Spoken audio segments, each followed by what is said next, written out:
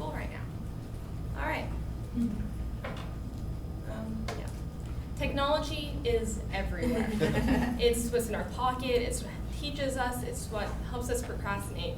It's what defines our current era.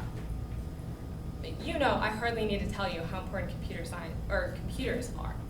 Between Facebook, Google, Intel, I mean, it's everywhere.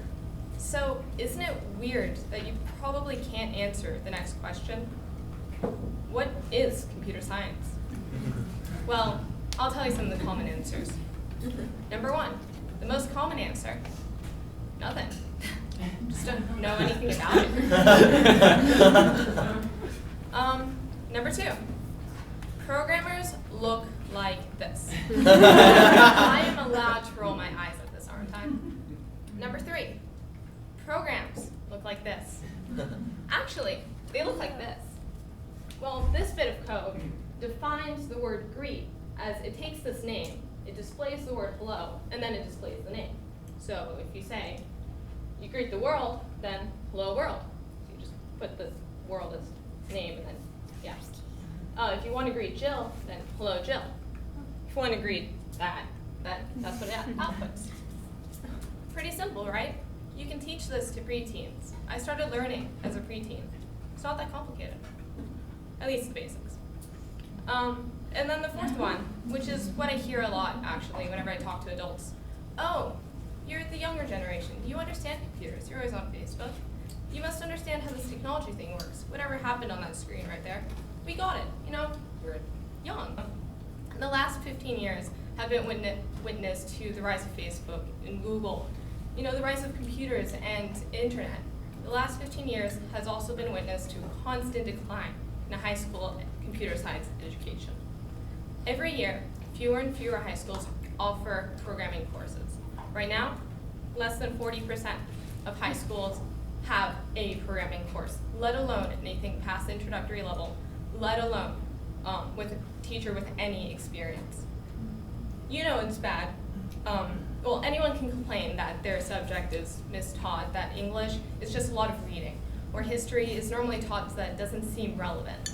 But you know computer science is bad because the vast majority of you don't know anything about computer science.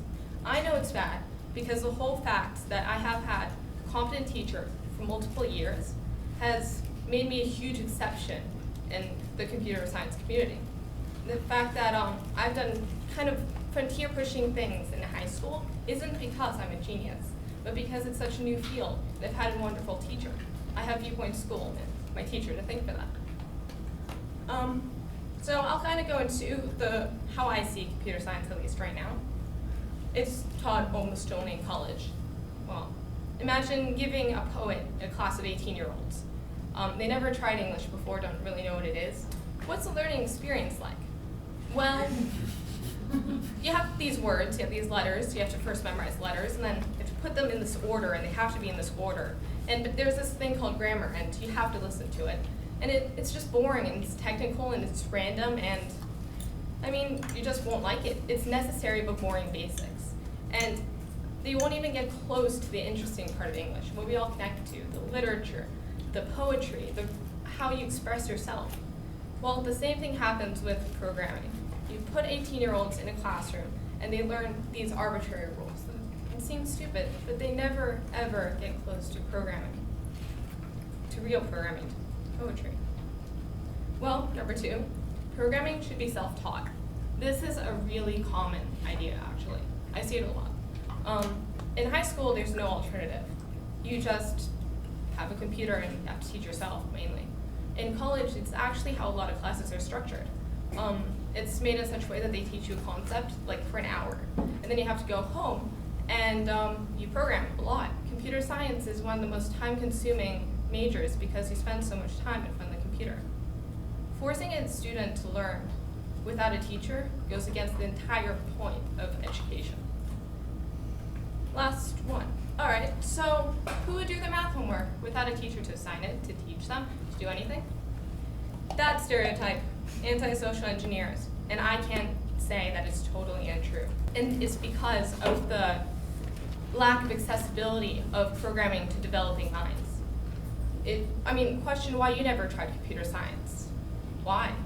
Maybe you weren't offered it. All right. While these individuals have done profound good for the world, for the field, I can't imagine a world without them. I think that limiting the minds that are even know what computer science is really constricts not only the future of computing, but the future of human thought. I mean, I never connected to this stereotype. When I think of poetry, when I think of programming, I think of poetry. I think of articulating the dynamics of the world, of society, better than any computer can, enough bytes of code that hold way more power than any paper word. When I think of poetry, I think of sweeping themes and pure elegance. Truth be told, I'm a programmer, but with my heart in the humanities, and there's nothing wrong with that. I'll leave that as a bit of a taste of what programming could be, what computers could be, if we had more diverse minds in it. Thank you for your time.